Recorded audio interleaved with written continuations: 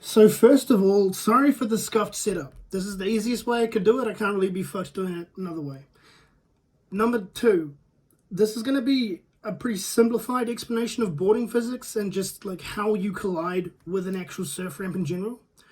I have a more, or well, I have a complete and comprehensive article that details surfing physics in general and all of the complex interactions between them, referencing game code and stuff, but you can read that in the description if you want.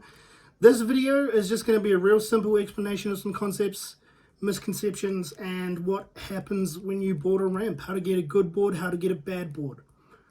Yeah. So to begin this explanation, we need to figure out what actually is happening when we surf. And for that, we need a quick definition, or two actually. The first is source vectors.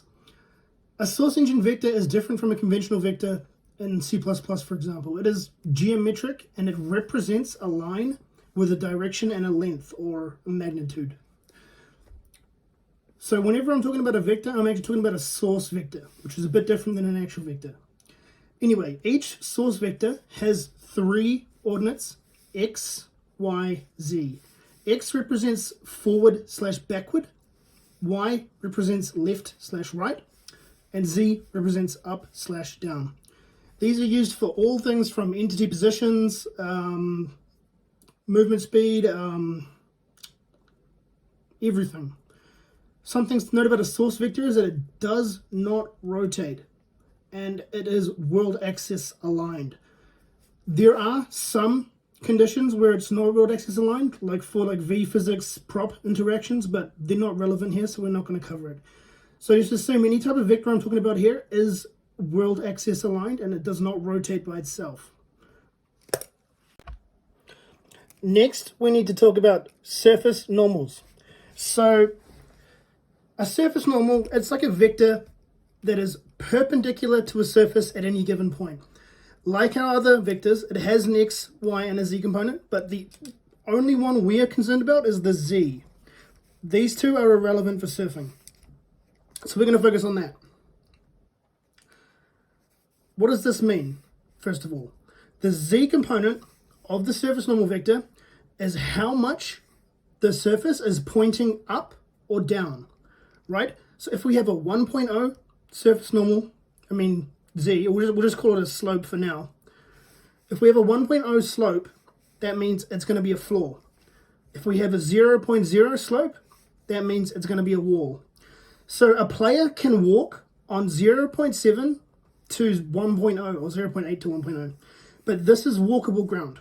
Below 0.7, we can't walk on that and it becomes a ramp. So I've done a few little illustrations here. We've got 0.9, so the player's walking on it a little bit uphill. 0.8, a little bit more uphill, but the player can still walk on it. 0.7, this is when we get a surf ramp. It's when it's this much slanted, and yeah. And then 0.0 is just a wall. So remember, this is only the z component of the surface normal, which is a vector perpendicular to a surface at any given point.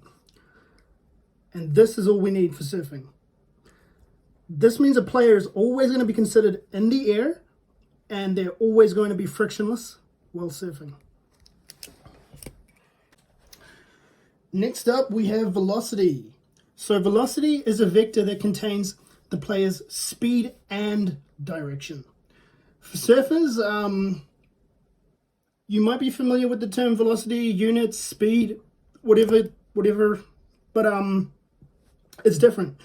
Your units are basically a new value that gets calculated using the combined magnitudes of your x and y.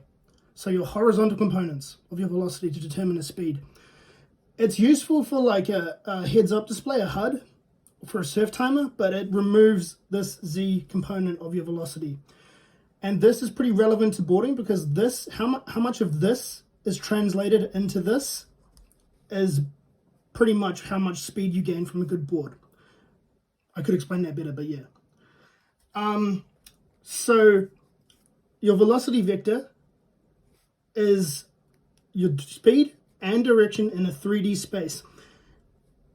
As we remember from before, it is world axis aligned and it does not rotate. So for example, say let's just go with minus 800 z velocity is going to be always going down. And plus 800 is going to be going up. And the same with these. So it doesn't rotate. Depending on which direction you're going, it'll be negative or positive for each component. And it represents your speed and direction, as opposed to your units, which just represent the magnitude of your combined horizontal components.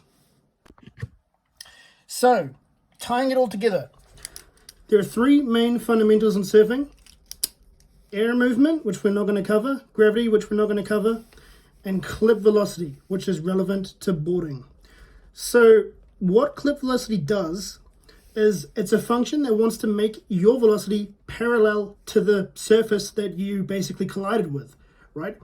So what that means is it's going to take the amount of your velocity that is perpendicular to that surface, and it's going to completely subtract it to make you parallel to the surface.